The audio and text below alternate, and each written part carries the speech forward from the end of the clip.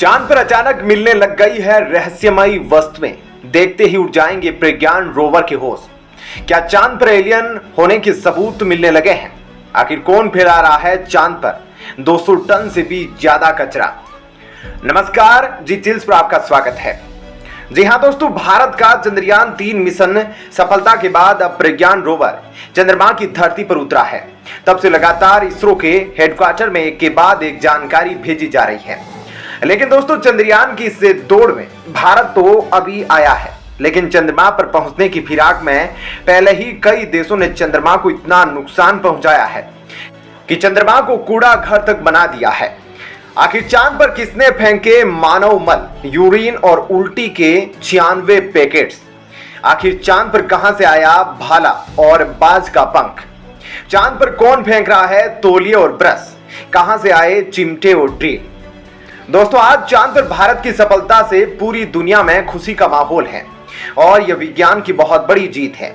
लेकिन दोस्तों, क्या आपने कभी सोचा है चंद्रमा पर मिशन भेजने के कारण अन्य देशों द्वारा अब तक चांद का कितना कबाड़ इकट्ठा हो चुका है? दोस्तों, क्या आपने कभी सोचा है काम खत्म करने के बाद कहां जाते हैं रोबोटिक लैंडर और रोवर? दोस्तों, आज चांद पर कचरे का ढेर का यह हाल है कि चांद पर भारी भरकम टेक्निकल चीजें तो है ही, साथ ही इसके अलावा भाला, बाज का पंख, चिमटे, ड्रिल, तौलिए, ब्रश और रेक भी है। द गार्जियन की एक रिपोर्ट के मुताबिक चांद पर मानव मल, यूरिन और उल्टी के 96 पैकेट्स भी है। अमेरिका द्वारा पहले छोड़े गए अपोलो मिशन के तहत 5 रॉकेट के अवशेष सबसे ज्यादा भारी भरकम कबाड़ के रूप में चांद पर मौजूद है। इसके अलावा रोबोटिक लैंडर और रोबोट्स का मलबा भी मौजूद है, जिनकी या तो बैटरी खत्म हो गई है या उनका हार्डवेयर खराब हो गया है।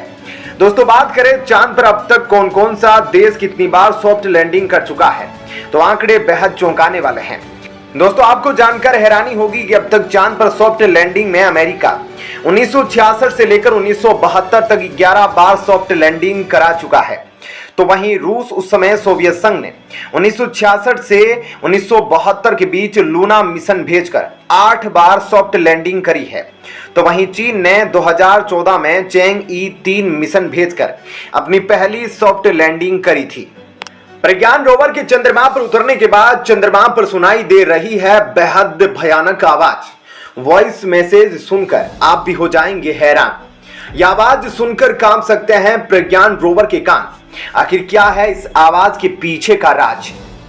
दोस्तों, चंद्रमा की धरती पर उतरते ही प्रज्ञान रोवर ने अपना काम शुरू कर दिया है और अब पूरी दुनिया की स्पेस स्टेशन विक्रम लैंडर से कनेक्ट करने की कोशिश कर रहे हैं। ऐसे में रेडियो एस्ट्रोनॉमर स्कॉट डीली ने एक ऑडियो ट्वीट किया है।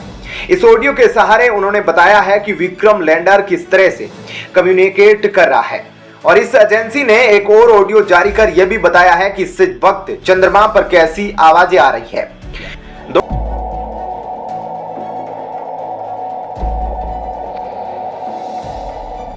दोस्तों, मैं आपको बता दूं कि अब प्रज्ञान रोवर ने अपना काम शुरू कर दिया है और अब वह विक्रम लैंडर से थोड़ी दूरी पर आ चुका है।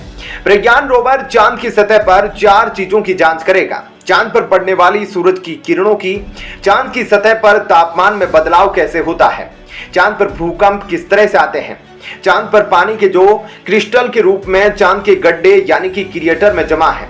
अगले 12 दिनों में सिर्फ आधा किलोमीटर ही क्यों चलेगा प्रज्ञान रोवर? अगर रोवर की जिंदगी सिर्फ 14 दिनों की है, तो फिर वह चांद पर इतने धीरे धीरे क्यों चल रहा है? प्रज्ञान रोवर की स्पीड और वजन जानकर चौंक जाएंगे। दोस्तों, मैं आपको बता दूं कि जहां विक्रम लैंडर ने लैंडिंग करी है उस क्षेत्र में अभी दिन है और अगले 14 दिनों तक वहां दिन ही रहेगा, लेकिन अगले 14 दिनों बाद वहां रात हो जाएगी। उसके बाद तापमान इतना कम हो जाएगा कि इसरो के प्रज्ञान रोवर को सोलर पावर नहीं मिल पाएगी और वह अपने आप को चार्ज नहीं कर पाएगा। एक अनुमान के मुताबिक 14 दिनों बाद जहां पर विक्रम लैंडर के इस क्षेत्र का तापमान -200 तक या उससे भी ज्यादा हो सकता है और अत्यधिक ठंड के कारण इस मिशन के लैंडर और रोवर के सेंसर काम करना बंद कर सकते हैं। इसलिए इसरो के प्रज्ञान रोवर और विक्रम लैंडर का मिशन पहले से ही 14 दिनों का तय किया गया था। दोस्तों, लेकिन आप सोच रहे होंगे कि यह प्रज्ञान रोवर तेज गति से काम क्यों नहीं करता, इसकी गति इतनी कम क्यों? तो दोस्तों, मैं आपको बता दूं कि 26 किलो वजनी प्रज्ञान रोवर 1 सेंटीमीटर प्रति सेकंड की गति से चलता है। और ऐसा इसलिए है क्योंकि विक्रम लैंडर ने जहां लैंडिंग करी है वह साउथ पोल है, जो कि बड़े बड़े क्रिएटर यानी कि गड्ढों का क्षेत्र है। और एक बार अगर प्रज्ञान रोवर किसी गड्ढे में गिर गया तो फिर वहां से निकल पाना उसके लिए मुश्किल हो जाएगा। क्या चांद पर सच में मौजूद है 600 बिलियन किलो पानी? दोस्तों, अब बात करें चांद पर पानी की तो भारत के चंद्रयान 3 मिशन का मुख्य लक्ष्य तो यही है और भारत समेत पूरी दुनिया, यहां तक कि नासा भी यही चाहता है कि भारत का चंद्रयान 3 मिशन और प्रज्ञान रोवर कुछ पक्के सबूत इकट्ठा कर ले कि चांद पर बर्फ के क्रिस्टल में चांद के गड्ढों में पानी मौजूद है। और दोस्तों, इसलिए प्रज्ञान रोवर के अंतर्गत मौजूद सारे सेंसर इस समय वर्किंग मोड में हैं और रोवर में लगे 2 पेलोड्स का काम तो चांद पर पानी और उसकी जमीन की जांच करना है। और दोस्तों, वैज्ञानिकों के अनुसार चंद्रमा के साउथ पोल, जो कि अभी तक अनसुलझा है, वहां इतने बड़े बड़े गड्ढे हैं कि वहां पर बर्फ के रूप में 600 बिलियन किलो तक पानी हो सकता है। लेकिन दोस्तों, आज भारत के चंद्रयान 3 मिशन के साथ साथ इंटरनेट पर और भी कई सवाल पूछे जा रहे हैं और आज हम आपको कुछ ऐसी रोचक जानकारी देंगे चंद्रयान मिशन के बारे में जिसको सुनकर आप चौंक जाएंगे। क्या चांद पर अमेरिका गिराना चाह रहा था परमाणु बम? दोस्तों, सच कहूं तो यह चांद को लेकर अमेरिका का एक सीक्रेट प्रोजेक्ट था जिसको लेकर काफी बाद में पता चला अमेरिका सच में ऐसा करने की सोच रहा था। यह बात है कोल्ड वॉर की, जब सोवियत संघ को धमकाने और अमेरिका की सैन्य शक्ति दिखाने के लिए अमेरिका एक बार को चांद पर परमाणु हमले करने की सोच रहा था। इस गुप्त स्टडी का नाम था a study of lunar research flights और प्रोजेक्ट A119 था। आखिर चांद पर बड़े बड़े गड्ढे कैसे बने? चीन ऐसा क्यों मानता है कि चांद के गड्ढों में मेंढक बैठते हैं? क्या यह सच है? दोस्तों, सुनने में बेशक से यह थोड़ा मजाकिया लग सकता है, लेकिन चीन में कुछ लोगों के बीच यह धारणा बनी हुई थी कि चांद पर एक मेंढक रहता है जो चांद के गड्ढों में बैठता है और इसी कारण गड्ढे होते हैं।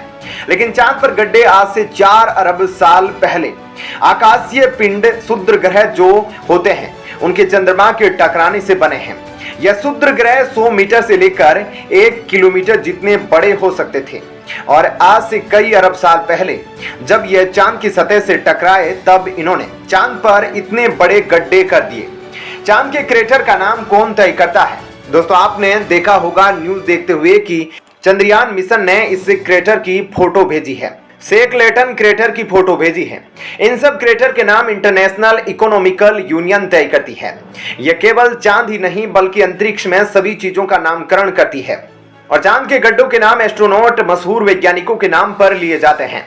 हालांकि दोस्तों, पूरी दुनिया समेत इसरो को भी इंतजार है कि प्रज्ञान रोवर इस 14 दिन के सफर में सावधानी पूर्वक चंद्रमा की सतह का निरीक्षण करे और चंद्रमा पर पानी के सबूत का जल्द से जल्द पता करे ताकि सॉफ्ट लैंडिंग के बाद भारत एक और कीर्तिमान हासिल करे और एक बार फिर से इसरो और भारत का नाम रोशन करे। क्योंकि अगर ऐसा सबूत प्रज्ञान रोवर ने ढूंढ लिया तो यह पहला रोवर होगा जो कि चांद पर पानी के सबूत को ढूंढेगा। तो दोस्तों, आपका इस खबर पर क्या कहना है कमेंट सेक्शन में जरूर बताइएगा। धन्यवाद। जय हिंद।